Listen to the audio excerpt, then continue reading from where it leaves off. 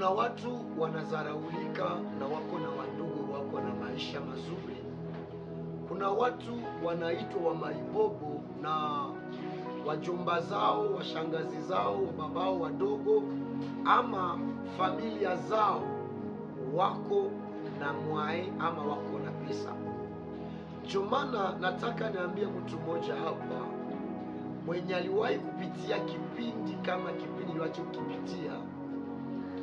Ndugu yako akitafuta kazi na we tafuta kazi. Ndugu yako akiolewesha na we uwesha. Ndugu yako akicheka na we cheka, kwa sababu na stress si wakati kumaliza. Dunia leo tunaishi leo hii, hauna mtu mwanawezi kusogelea wakati hauna kitu. Leo hii hauna watu wanawezi kuwa karibu yako kama hauna kitu. Wakijua kama uko na kazi, wakijua kwamba uko na shughuli na wezi leta quelque chose, watu wanawezi kuja kwako watapata transport, watu wanawezi pita kwako watapata chakula, hautakusaka watu kwako. Lakini cha kushangaza, chunga uone, na wale wenyewe tunasema wale wanaoitwa wa Kristo na njoo wamekuwa sawa pagani kushinda hata wapagani wako nje. Unafiki imekuwa mingi sana. Unapendwa na mtu ni mwakati yenye unatoa sana, unakuwa karibu wa kanisa sana na watu wa dini sana. Mungu akusaidie sana mpendwa. Ile nataka nikwambie tu, jipe moyo, jipe moyo, jipe moyo.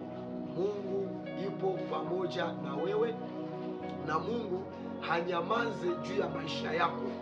Mungu yupo pamoja na wewe maisha, kwamba mtegemee na muaminie, vingine vyote vitakuwa vizuri. Kuna watu leo wameitwa wa maibobo, kuna watu leo wamekuwa watu wa mie wao, lakini Mungu, acha nikwambie kitu moja hivi, lakini Mungu anakujua, kwa maana anasema yeye ni Mungu ya walioachiwa, yeye ni Mungu wa mayatima, yeye ni Mungu wa wajane, yeye ni Mungu ya wale wasiokuwa na. Ningekuuliza neno moja hivi, esko unafikiria kwamba Yesu alikuja juu ya watu walioshiba? Yesu alikuja juu ya watu waliojiona kuwa wema? Yesu alikujia wale watu walioachiliwa, wale watu waliozaraulika, wale watu walioshikwa na dhambi, wale watu waliokutanishwa kwa hali mwezi tofauti kwa mistiki, ndio wale Mungu alikujia. Na kukaribisha tena zaidi kwenye konta yetu, usipite, jiabone. Like katika video zetu, nitakuwa baraka sana kwako. Mungu akubariki sana, na Mungu akutendee muujiza, na neema ya Mungu yazirike kwenye maisha yako. Basi sukumia ndugu yako, sukumia jirani yako, sukumia rafiki yako kama unampenda, na itamsaidia sana. Usizarau hata kama mtu anakudharau.